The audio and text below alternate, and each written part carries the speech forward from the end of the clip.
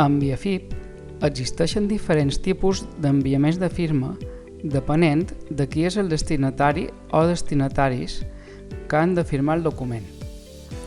Poden trobar autofirma, firma personalitzada, els meus fluxos de firma i enviar a firmar al director o al secretari general. Autofirma és una opció on el mateix usuari que fa l'enviament de firma és el que firma el document des de la mateixa aplicació d'EnviaFIP. Aquesta opció només permet signar un document alhora i és l'opció indicada en situacions on no es requereix la participació d'altres persones en el procés de signatura.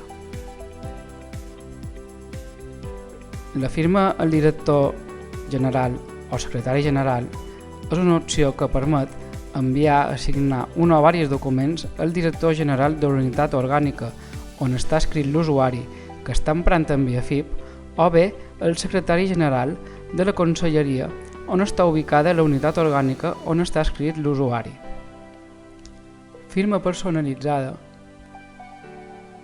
permet enviar a signar un o diversos documents segons un flux de signatura que l'usuari defineix. Un flux de signatura permet establir un o diversos signants per un document, definint un ordre de firmes. Aquesta opció és ideal per a processos de signatura més complexos o per enviar a signar un document a persones que no són càrrecs com directors o secretaris generals. En cas de necessitar la signatura d'usuaris externs que no pertanyen a l'entorn intern de l'administració de govern, a través de firma personalitzada es permet enviar un document a un usuari extern. Per enviar a signar un document a un usuari extern es necessita conèixer abans el seu nom, el seu número d'identificació fiscal o NIF i el seu correu electrònic.